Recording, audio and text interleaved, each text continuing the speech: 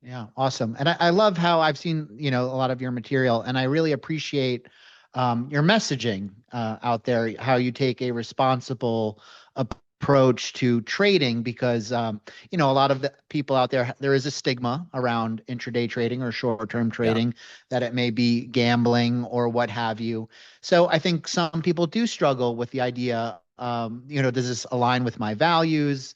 And without getting into a really deep conversation, I think people would be interested just to hear from you what your take on that Yeah, is. yeah, absolutely. And I get the messages on my social stuff from trolls all the time about how, you're a pastor, you can't trade and you shouldn't be in the stock market at all, and all that kind of nonsense. But you just kind of have to let that stuff roll off of you. But the truth is, as a faith-based person, someone who holds the Bible in very high regard, and I live my life by the messaging of the Bible has a lot to say about finances and about how we manage money well. It has a ton to say. That was Jesus's favorite topic to talk about, was money and how we manage money, and what it can do to us. And so, yes, the love of money is the root of all evil, but money itself is not the root of all evil. The Bible wants us to handle it well. And I think if we come to the stock market or to futures trading, any kind of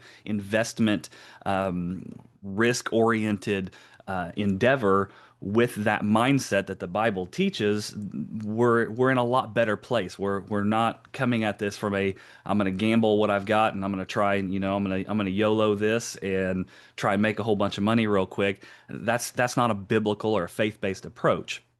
My approach is based on a specific proverb, Proverbs 13:11, which, even if you're not a religious person at all, hopefully you can see the wisdom behind this statement. But Proverbs 13:11 says that money gained hastily will dwindle, but the one who gathers little by little will cause it to increase. And we see that play Oh, out wow. in all kinds of things, right? Someone wins the lottery. What is it, like 75% of lottery winners are broke within a couple of years? Money that you get real quickly, these windfall amounts of cash that come to you, they go away just as quickly because we haven't disciplined ourselves and learned how to manage it the right way. But if you can be faithful in the little things and start small, and execute good discipline and risk management, then you're going to grow it, and over time you're going to amass a good amount of money, and that's a biblical approach.